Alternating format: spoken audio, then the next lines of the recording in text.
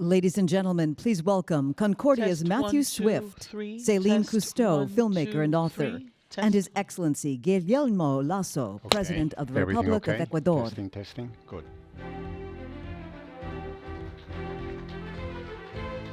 Okay, so I'm going to start.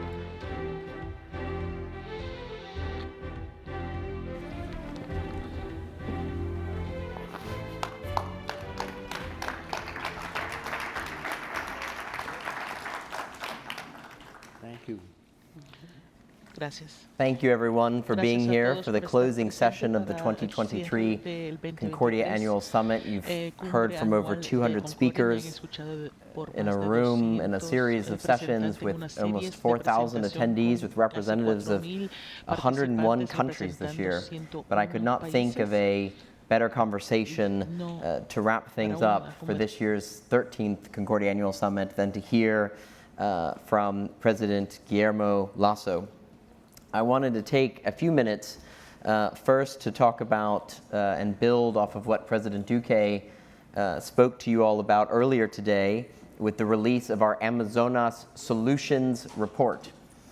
We launched the Amazonas Initiative a year ago, this day a year ago, and in less than 12 months we were able to hold our first inaugural Amazonas Summit deep inside the Amazon rainforest, bringing 60 members from Concordia to learn about nature-based, market-led solutions to protect the Amazon rainforest. And we selected Ecuador, frankly, for one very important reason, which is that President Lasso has been an extraordinary leader on the environment. And the work that he has done around conservation, to combat deforestation, and to protect the rainforest is nothing short of remarkable. And so, Mr. President, you grace us at this summit with your presence. We are all very grateful for your hospitality in July. And I know that we will all benefit from hearing from a leader that we hold in great esteem. So welcome to Concordia, and thank you for being here. Thank you.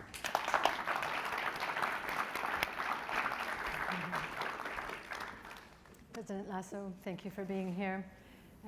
Vamos a hacer esta entrevista en español. So We're going to do this interview in Spanish, so if you need... Para esta charla estamos aquí para centrar So we nuestra are here atención to en los esfuerzos focus de our conservación attention y on las políticas conservation ambientales en and curso en the Ecuador environmental como un politics, estudio specifically de in caso Ecuador, as destacado. a case study. Así que vamos a So empezar a let's nivel begin doméstico, on the regional domestic level, y mundial. regional and Para worldwide, empezar, with great pleasure. Presidente Lasso, President empezamos Lasso, en dos partes. let us ¿Cómo begin están first. avanzando How are you los compromisos advancing ambientales your y los objetivos de commitment to sostenibilidad environment de and Ecuador? sustainability ¿Y de qué in manera se Ecuador, está and in which way aprovechando are we taking la colaboración advantage entre los the sector collaboration público y both in the privado, private and public particularmente sector, después in de particular esta, after cumbre this summit, en Amazonas, Amazonic summit that took place in July. That is correct. In July, I had the honor, first and foremost, good afternoon for all. It is my pleasure to be here at this forum in the Concordia Summit. We had Concordia first in Quito and then in the Amazonia to broach the topics of the Amazon, which was referred to by Matthew a couple of moments ago. Our commitment, I would like to say that my government has just been in power for 28 months, has developed an agenda in favor of environmental conservation, which has been very aggressive for the region, especially for the country. The creation of the Brotherhood Reserve, 100,000 square meter around the Galapagos Islands, that unites itself with the Marina Reserve of 120,000. We have 180 kilometers squared. We were able to resolve this in January of 2002, and for April of 2023, a year after, we were able to solidify this operation for a debt, the highest in the history history of humanity. $160 million that was designated for Ecuador that helped to reduce its external debt with the public and private and international sector, equivalent to 10% of its total. It has been an operation that will generate a number of resources for programs that are designated for the conservation of the Galapagos Islands as well as the Marine Reserve in an attempt to maintain control and to complete the executive decree that these 600,000 kilometers be preserved in its natural state. Really, for us, it is very significant. Each time that I go abroad, the topic automatically flows, but not only in what it has to do with the Galapagos. We have declared the Via Amazonic Corridor recently, and we have support with the CFC from the U.S. to swap the debt by nature. We are very hopeful that this will take place.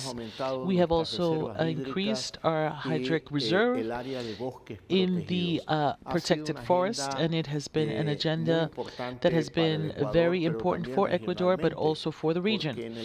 Because when it comes to the Galapagos Islands, Colombia, Costa Rica, and Panama united for a corridor, a maritime corridor on the coast east of the Pacific for approximately 150 kilometers, which is extremely important. And speaking of this, how can this be an example for what a government or a country can do at a global stage? I was speaking to the Prince of Wales, William, yesterday, who specifically invited me to learn the debt exchange. And this can be done by any government, he asked? Yes, any government can do this. What is required is political will, and in the business field, be able to analyze the risk in terms of Ecuador. The level is extremely high, and the debt is very low, and we have been taking advantage of the window of opportunity, which is very important. And so if you want to maximize this type of operation, a lot depends on the condition of how the market sees you, the international market sees you. And in this particular concrete case, it was very helpful. In a situation that is an analysis of the economy, every government are working towards least amount of risk in order to have a relationship that flows with the financial markets. But this was an opportunity to have high for the country. Returning to the Amazon, the indigenous population protect the biodiversity worldwide. We are the guardians of this rainforest that we all have. That is correct. And Ecuador has 46% of this Amazon. How is this relationship between the indigenous population, the private and public sector? It's delicate. Simply, it's not easy. For example, to give you an example, we have just had a referendum in Ecuador so that Ecuadorians can decide whether or not they want to exploit in the Yasuni Park for oil. This wells creates 66,000 barrels of oil daily, and in terms of economic is equivalent to the actual price of petroleum to 1.3 the PIB, the gross domestic product. To close these will, which is the will of the people, we have to be respect, will have a 1.3 income impact, which is equivalent to the GDP.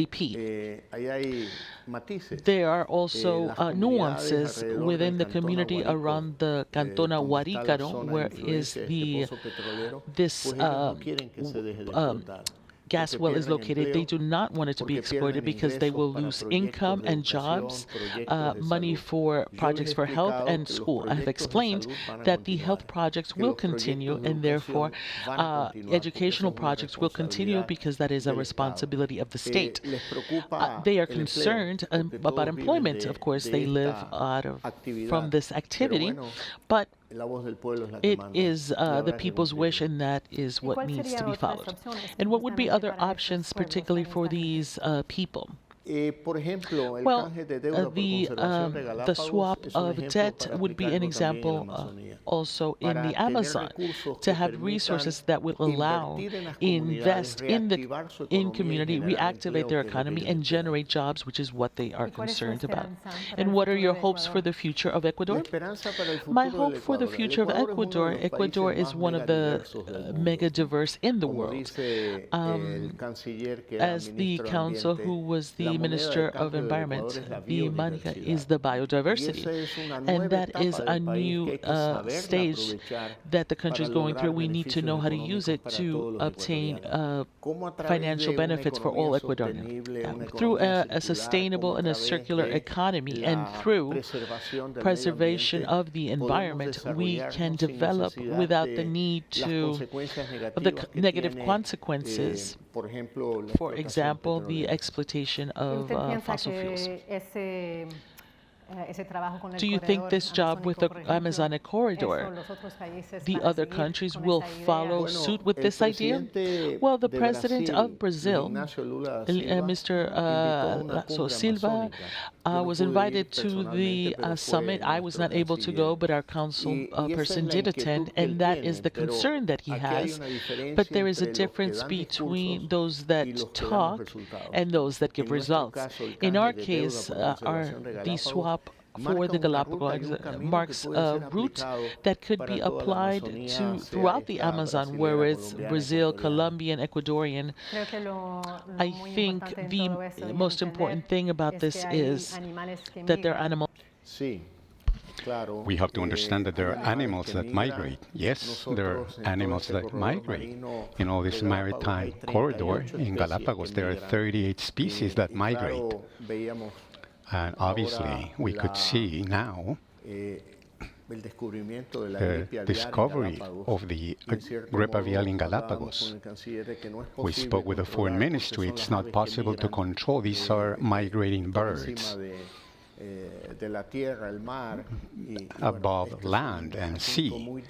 This is a very difficult issue to control. You cannot fence this in the air. So very difficult to understand that our borders are not the borders of species or other ecosystems. If we're going to form a corridor in the sea or the Amazon, we need to have an international agreement. That's right. It's very important. In our case, this agreement, we made it in Glasgow, together with President Duque, President Alvarado, and President Cortizo of Panama. If you had a dream, what would be your legacy? What would you leave behind to the world? Well, changing topics from the environment, in Ecuador, in 28 months, we've achieved something very important. And this is to reduce the chronic infantile nutrition 23.6 to 20.1 by applying public policy with a political conviction and political will to think about our children, which are the future of Ecuador. We take this as a fighting cause of the government. I do not regret this, and 20 months later we've achieved something in a time where we've have a shortage of economic prosperity. Ecuador had this because we had low revenues. We still achieved this reduction. When we compare the statistics of a government from 2010 to 2014, with oil having doubled in price from now, the poor nutrition of children went up, and now everything is going in the contrary direction. We've had to leverage resources to take care of the future of the country. Not only the country, but the world. The work we do today, they will use this. Ecuador grows without children going hungry. Now we have a challenge about a world without these types of problems. In the coming year, there's another Concordia event, the Amazonas Summit in Guyana. That's fine. Will Ecuador participate? If I'm invited, I'll be enchanted to be there. Ask Matthew to invite me. I think we'll be able to do this.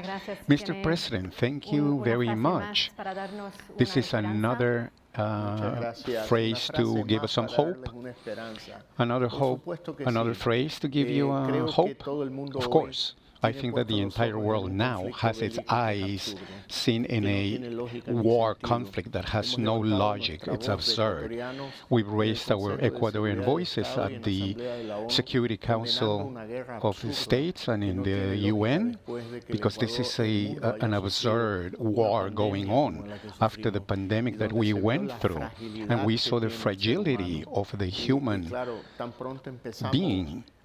As soon as we started coming out of this problem, to find a war of these dimensions, it's something very, very unhappy.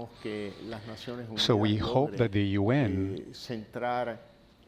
are able to focus this problem and find a solution to achieve peace.